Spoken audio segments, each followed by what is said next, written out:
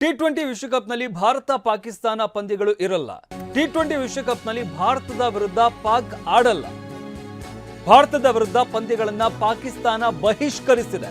ಇದರಿಂದಾಗಿ ಭಾರತ ಪಾಕಿಸ್ತಾನ ನಡುವಿನ ಪಂದ್ಯಗಳು ರದ್ದಾಗುವಂತಹ ಸಾಧ್ಯತೆ ಹೆಚ್ಚಾಗಿದೆ. ಭಾರತದ ವಿರುದ್ಧ ಪಾಕಿಸ್ತಾನ ಪಂದ್ಯಗಳನ್ನ ಆಡೋದಿಲ್ಲ ಅಂತ ಹೇಳಿದೆ. ಭಾರತದ ವಿರುದ್ಧ ಆಡಲ್ಲ ಅಂತ ಪಾಕಿಸ್ತಾನ ಸರ್ಕಾರ ಹೇಳಿದೆ. ಆದರೆ ಐಸಿಸಿಗೆ ಯಾವುದೇ ಮಾಹಿತಿ ನೀಡದ ಪಿಸಿಬಿ, ಪಾಕಿಸ್ತಾನ ಕ್ರಿಕೆಟ್ ಕ್ಲಬ್ ಇನ್ನೂ ಕೂಡ ಅಧಿಕೃತವಾಗಿ ಐಸಿಸಿಗೆ ಯಾವುದೇ ಮಾಹಿತಿಯನ್ನ ನೀಡಿಲ್ಲ. ಟಿ20 ವಿಶ್ವಕಪ್ನಲ್ಲಿ ಆಡ್ತೇವೆ, ಆದರೆ ಭಾರತದ ವಿರುದ್ಧ ಆಡಲ್ಲ ಅಂತ ಪಾಕಿಸ್ತಾನ ಹೇಳ್ತಾ ಇದೆ. ಫೆಬ್ರವರಿ 7ರಿಂದ ಮಾರ್ಚ್ 9ರವರೆಗೆ, ಮಾರ್ಚ್ 8ನೇ ತಾರೀಕಿನವರೆಗೆ ಟಿ20 ವಿಶ್ವಕಪ್ ಪಂದ್ಯಗಳು ನಡೆಯುತ್ತೆ. ಭಾರತ ಈ ಬಾರಿ ಟಿ20 ವಿಶ್ವಕಪ್ ಪಂದ್ಯವನ್ನು ಆಯೋಜನೆ ಮಾಡ್ತಾ ಇದೆ. ಆದರೆ ಭಾರತ ಪಾಕಿಸ್ತಾನ ಪಂದ್ಯಗಳೇನಿದ್ದಾವೆ, ಈ ಪಂದ್ಯಗಳನ್ನು ಶ್ರೀಲಂಕಾದಲ್ಲಿ ನಡೆಸೋದಕ್ಕೆ ಸಿದ್ಧತೆಗಳಾಗಿತ್ತು. ಆದರೆ ಭಾರತದ ವಿರುದ್ಧ ಪಂದ್ಯಗಳನ್ನು ಆಡೋದಿಲ್ಲ ಅಂತ ಪಾಕಿಸ್ತಾನ ಹೇಳ್ತಾ ಇದೆ. ಚಾಮರಾಜನಗರದಲ್ಲಿ ವರನಿಗೆ ಚಾಕು ಇರಿತ ಕೇಸ್ಗೆ ಬಿಗ್ ಟ್ವಿಸ್ಟ್ ಸಿಕ್ಕಿದೆ. ಮದುವೆ ನಿಲ್ಲಿಸೋದಕ್ಕೆ ಪ್ರಿಯಕರನ ಜೊತೆ ಸೇರಿ ನಯನಾ ಪ್ಲಾನ್ ಮಾಡಿದ್ಲು. ವಧು ನಯನಾ ಆಕೆಯ ನೌಟಂಕಿ ಆಟ ಈಗ ಬಯಲು ಮಾಡಿದಂತ ಪೊಲೀಸರು. ವಧು ನಯನಾ ಪ್ರಿಯಕರ ದರ್ಶನ್ ಓರ್ವ ಅಪ್ರಾಪ್ತನ ಬಂಧನವಾಗಿದೆ.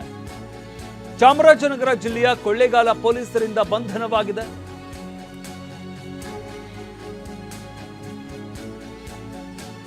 ಚಾಮರಾಜನಗರದಲ್ಲಿ ವರನಿಗೆ ಚಾಕು ಇರಿತ ಕೇಸ್ಗೆ ಸಂಬಂಧಪಟ್ಟಂತೆ ಈಗ ಕೇಸ್ಗೆ ಬಿಗ್ ಟ್ವಿಸ್ಟ್ ಸಿಕ್ಕಿದೆ. ಏನು ಅಂತಂದ್ರೆ, ವಧುನೇ ಇದೆಲ್ಲವನ್ನು ಕೂಡ ಪ್ಲಾನ್ ಮಾಡಿರುವಂತ ವಿಚಾರ ಗೊತ್ತಾಗಿದೆ.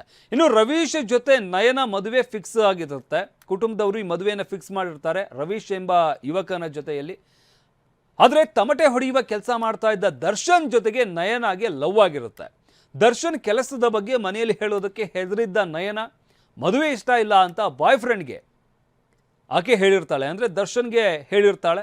ಮದುವೆ ನಿಲ್ಲಿಸುವಂತೆ ಪ್ರಿಯಕರ ದರ್ಶನ್ಗೆ ಹೇಳಿದ್ದ ನಯನ ನನ್ನನ್ನೇ ಮದುವೆಯಾಗುವಂತ ರವೀಶ್ ಎದುರು ಡ್ರಾಮಾ ಕೂಡ ಮಾಡಿರ್ತಾಳೆ. ಒಂದು ಕಡೆ ರವೀಶ್ ಜೊತೆ ಕೂಡ ನಿನ್ನೆ ಮದುವೆ ಆಗ್ತೀನಿ, ನೀನು ನನ್ನೇ ಮದುವೆ ಆಗಬೇಕು ಅಂತ ಹೇಳಿರ್ತಾಳೆ.